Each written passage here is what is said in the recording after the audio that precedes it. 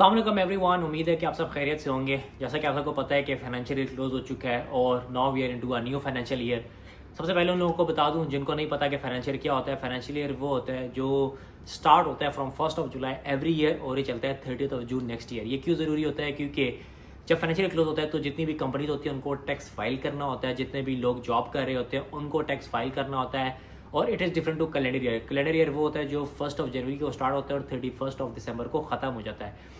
Financial year जो है वो मिड ईयर में आता है। जो लोग बैंक्स में जॉब करते हैं डेफिनेटली उनको बेहतर पता होगा, या फिर वो लोग जो अकाउंटिंग की फील्ड से बिलोंग करते हैं उनको पता होगा कि फाइनेंशियल ईयर डेफिनेटली जो है वो 30 जून को क्लोज हो जाता है। इसके बाद हर बंदे को या हर कंपनी को टैक्स फाइल करना होता है डेफिनेटली, जिसमें अपने एक्सपेंसेस दिखाती है, अपने टर्न अराउंड दिखाती है, अपने टर्नओवर्स दिखाती है, अपने प्रॉफिट्स दिखाती है और उसके अकॉर्डिंगली उसके ऊपर टैक्स की ब्रैकेट जो है वो लगती है। एज पर द सोर्सेज कहा जाता है कि ऑस्ट्रेलिया दुनिया का वो मुल्क है जो टॉप 10 में फॉल करता है जहाँ पे जो टैक्स है वो ज़्यादा है। जी हाँ, बिल्कुल सही कहा जाता है, क्योंकि ऑस्ट्रेलिया में जो टैक्स ब्रैकेट्स हैं वो अच्छी खासी हैं। अगर आप 18,000 तक कमा रहे हैं तो आपके ऊपर जीरो टैक्स लगता है, लेकिन अगर आप 45,000 तक कमा रहे हैं डेफिनेटली आपके ऊपर 18% टैक्स लगता है। लेकिन अगर आप उससे ऊपर जाते हैं अप टू $135,000 पर एनम तो आपके ऊपर डिफरेंट ब्रैकेट लगती है। एंड वंस यू क्रॉस $135,000 का जो पैकेज है पर एनम, तो जो आपके ऊपर टैक्स ब्रैकेट लगती है that can go up to 40-45%। तो इतना ज़्यादा आपको टैक्स जो है वो पे करना पड़ता है। मतलब हर डॉलर में से आपको 40 से 45 सेंट्स जो हैं वो डिपार्टमेंट को या गवर्नमेंट को पे बैक करने होते हैं at the end of financial year. इस वीडियो को बनाने का मकसद क्या है और ये वीडियो क्यों ज़रूरी है? क्योंकि बहुत सारे लोग जो स्टूडेंट वीज़ा के ऊपर यहाँ पे आते हैं, या वो सारे लोग जो वर्क वीज़ा के ऊपर आए लाइक 476, या वो सारे लोग डेफिनेटली जो स्टूडेंट वीज़ा पे आए थे and then they have swap to 485 visa या पोस्ट स्टडी वर्क वीज़ा, या उनको पीआर्स मिल चुकी हैं, तो उनको बताना ज़रूरी है, बहुत ज़रूरी है इनफैक्ट, कि आपको हर साल ऑस्ट्रेलिया में टैक्स फाइल करना होता है। मैं बहुत सारे लोगों को ऐसा जानता हूँ जिनको पता ही नहीं था कि टैक्स फाइल क्या होता है और टैक्स फाइल किस तरह किया जाता है। जबकि आप जो रुपया यहाँ पे या जो डॉलर आप यहाँ पे कमा रहे हैं, एटीओ को हर चीज़ का पता है। ATO is Australian taxation organisation, जो आपके टैक्स को डील करती है। जब भी आपको सैलरी आती है, जो भी एम्प्लॉयर आपका है, जब भी आपको सैलरी पे करता है, अगर आप अपनी पे स्लिप उठा के देखें तो वहाँ पे लिखा होता है कि पे जी tax this week, this month, या फिर YTD। YTD का मतलब होता है ईयर टू डेट, मतलब उस सैलरी में आपका कितना टैक्स जो है वो एटीओ को पे किया गया on your behalf from your employer. और ईयर टू डेट का मतलब होता है कि आज तक की डेट में कितना टैक्स जो है वो आपके एम्प्लॉयर ने एटीओ को पे किया है।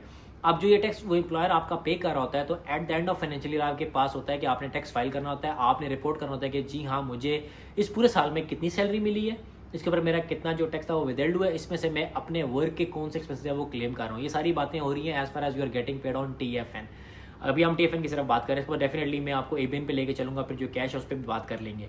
जो भी आपको सैलरी मिल रही होती है उसके ऊपर अपने वर्क के जो एक्सपेंस है वो क्लेम कर सकते हैं। उसका क्या तरीका होता है, कौन कौन से जो एक्सपेंसेस हैं वो आप क्लेम कर सकते हैं। इसके ऊपर आप अगर आप ATO की वेबसाइट में चले जाएँ, there is a whole list. अगर आप वर्क फ्रॉम होम करते हैं तो कौन से एक्सपेंसेस है, अगर आप वर्क रिलेटेड कार यूज़ करते हैं तो उसके कौन कौन से एक्सपेंसेस हैं, आप स्टेशनरी या जो चीज़ें होती हैं वो कौन कौन से एक्सपेंसेस हैं जो लीगली आप क्लेम कर सकते हैं, वो सारी जो गाइड है या इन्फॉर्मेशन है वो ATO की वेबसाइट के ऊपर है, तो आप जाके फाइल कर सकते हैं। आई हाईली रिकमेंड उन सब लोगों को जिनको पता है वो बेशक खुद फाइल करना चाहते हैं तो बेशक फाइल करें, but if you are not sure तो मैं रिकमेंड करता हूँ कि आप किसी न किसी एजेंट के पास जाएं, उसको 80, 100, $150 पे करें और आप अपना टैक्स जो है वो प्रॉपरली फाइल कर लें। बिकॉज अगर आप गलत टैक्स फाइल करते हैं तो ATO can flag that, ATO can point out that, उसके बाद आपको पेनल्टीज भी लगती हैं। अब जिन लोगों ने साल टैक्स फाइल नहीं को कहते हैं जी हमें तो कोई नोटिस नहीं आया, देखें 2 साल तक ATO मेरा ख्याल आपको शायद कुछ कहे भी ना। लेकिन मेरे साथ ये हुआ था कि जब मैं ऑस्ट्रेलिया आता ना पहले 2018 में, तो मैंने शुरू में पहले साल टैक्स फाइल किया, 2019 में फाइल किया, फिर 20 में मैं पाकिस्तान चला गया था और 2 साल में कोविड के से वापस नहीं आ सका था। जब मैं 2022 में आके लैंड हुआ ना, the first tax I got is from ATO, जिन्होंने कहा कि भाई आपका 2020 का और 2021 का टैक्स जो है वो फाइल नहीं हुआ, मेक श्योर करें कि आप अपना टैक्स रिटर्न जो है वो फाइल कर दें, otherwise you will get penalised. जो आपका फाइन होते हैं, मैंने जो 2-3 फाइन देखे हैं वो it can go up to 10,000 और 11,000, और फिर डिपेंड करता है कि आपकी कितनी बड़ी पेनल्टी और आपको कितना बड़ा फाइन हो रहा है। इसलिए मेक श्योर करना है इन फाइनों से आपने बचना है, क्योंकि ये एक लीगल रिक्वायरमेंट है। As soon as financial year closes आपको अपना टैक्स जो है वो फाइल करना होता है, रिगार्डलेस आपकी इनकम लेस देन 18,000 है या ग्रेटर देन 80,000। लोग कहते हैं कि जी मैंने तो कमाई $15 था, मैं तो उस ब्रैकेट में फॉल नहीं करता। रिगार्डलेस आप उस ब्रैकेट में फॉल करते हैं या नहीं करते, आपको टैक्स फाइल करना है। नाउ कमिंग टू ABN उन सब लोगों के लिए, लाइक अगर आप उबर ईट्स करते हैं, आप मेन्यू लॉक करते हैं, DD करते हैं, उबर एक्स करते हैं, कुछ भी करते हैं, तो जो आपकी सारी इनकम होती है ना ये आपके ABN के ऊपर होती है। ABN is Australian business number. जब भी आप अपना अकाउंट बनाएंगे उबर का तो सब आपको जो चाहिए होता है, जो नंबर चाहिए होता है जिसके ऊपर अकाउंट बनता है, दैट इज एन ABN। आपकी जितनी भी ऊबर की इनकम होती है ये ऑटोमेटिकली एटीओ को रिपोर्ट हो रही होती है। अगर आप इसमें कोई आपका मिस रिप्रेजेंटेशन करना चाहेंगे तो ATO can access your account. आप वो ऊबर से कहेगा कि मुझे पर्सन एक्स की जो है वो इनकम जो है वो रिपोर्ट करो, तो आप पता लग जाएगा कि भाई there is a discrepancy between your stated income और योर एक्चुअल इनकम, तो वो भी it's a trouble as well. तो आप लोगों ने मेक श्योर करना है कि आपने कहीं भी मिस रिप्रेजेंटेशन नहीं कर दी। लोगों को लगता है कि शायद जो है हम ऊपर 19-20 करके जो है वो 4 पैसे बचा लेंगे, लेकिन एक बात का हमेशा अपने ख्याल रखना है कि जो इनका सिस्टम है वो इस तरह इन लोगों ने डिफाइन किया हुआ है या इस तरह बनाया हुआ है कि इनके पास हर चीज़ की खबर है। ठीक हो गया।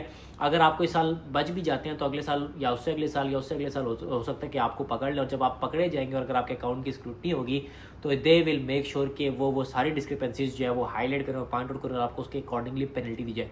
इसलिए टैक्स रिटर्न में आप लोगों ने जो है वो किसी भी तरह की दो नंबरी नहीं करनी। वीडियो बनाने की जो वजह वो ये भी है कि मुझे बहुत सारे लोगों ने कहा था कि हमें नहीं पता कि टैक्स का फाइल करना होता है, किस तरह करना होता है, क्या हम अभी जून चल रहा है हम टैक्स फाइल कर सकते हैं। आप हमेशा 30 जून के बाद जो है वो पिछले फाइनेंशियल ईयर का टैक्स फाइल करते हैं। 30 जून से पहले आप नहीं कर सकते। और देयर इज अ ब्रैकेट जो 3 to 4 मंथ्स रन होती है कि आप बाय 30 सितंबर या 31 अक्टूबर तक जो है वो आप जो है वो टैक्स फाइल करें। उससे पहले अगर आप कर दें तो दैट्स वेल एंड गुड। उसके बाद भी टाइम फ्रेम दिया जाता है कि आप कर दें, otherwise you will get penalty. तो आप लोगों ने मेक श्योर करना है कि आप उससे पहले जो है वो टैक्स फाइल करें। इस तरह वो सारे लोग जो उबर एक्स करते हैं या डीडी करते हैं, आप लोगों को जीएसटी भी फाइल करना होता है। दैट्स क्वार्टरली, बाय एनुअली या फिर एनुअली। आप अपने अकाउंटेंट से जो है वो कांटेक्ट कर लो, आपको बता देगा जो आपका जो जीएसटी रिटर्न होता है वो आपने कब फाइल करना है। अगर क्वार्टरली करना है तो क्वार्टरली करना है आप लोगों ने, लेकिन मेक श्योर करना है कि आप उस रिक्वायरमेंट को मीट करें, otherwise you will also get a penalty out of it. फिर बात रहेगी कैश भी जॉब करता है डेफिनेटली इट्स हाईली रिकमेंडेड कि आप जो है at the end of the year जो आपने कैश पे इनकम जनरेट की है उसका टैक्स फाइल करें। आप रिपोर्ट करेंगे भाई फॉर एग्जाम्पल मैंने $40,000 कमाया है, मेरे एक्सपेंसेस ये थे, मेरी नेट इनकम जो है वो फॉर एग्जाम्पल 35,000 रह गया है, इसके ऊपर मैं टैक्स फाइल कर रहा हूँ, तो आप वो भी कर सकते हैं। बिकॉज अगर आप टैक्स फाइल करेंगे और टैक्स रिटर्न जो है वो क्यों ज़रूरी है, अब इस पर आ जाते हैं।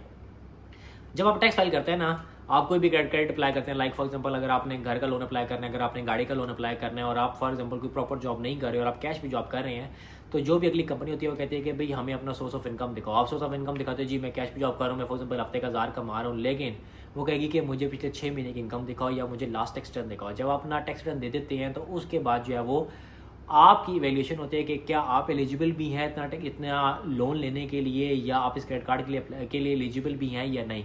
तो इसीलिए अगर आप कैश पे भी कमा रहे हैं उसका मतलब ये नहीं है कि यू कांट गेट एनीथिंग। अगर आप कैश पे कमा रहे हैं और आपने प्रॉपर जो है वो टैक्स फाइल किए हैं हर साल, तो you are eligible to get loans. तो इसीलिए आई हाईली रिकमेंड उन सब लोगों को भाई जो ऑस्ट्रेलिया आ चुके हैं और उन लोगों ने अभी तक टैक्स फाइल नहीं किया, मेक श्योर करना है कि इस साल आप लोग अपने सारे जो है वो टैक्स रिटर्न फाइल करें।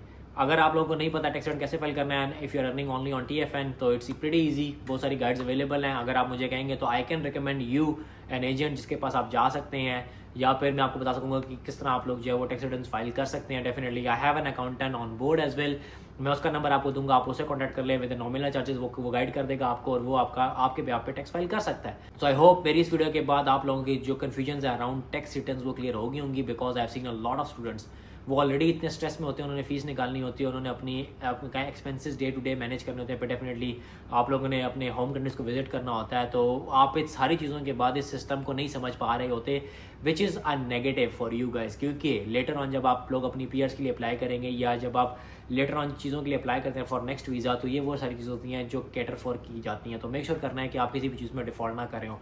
मिलते हैं अगली वीडियो में, अपना ख्याल रखिएगा। अल्लाह हाफ़िज़।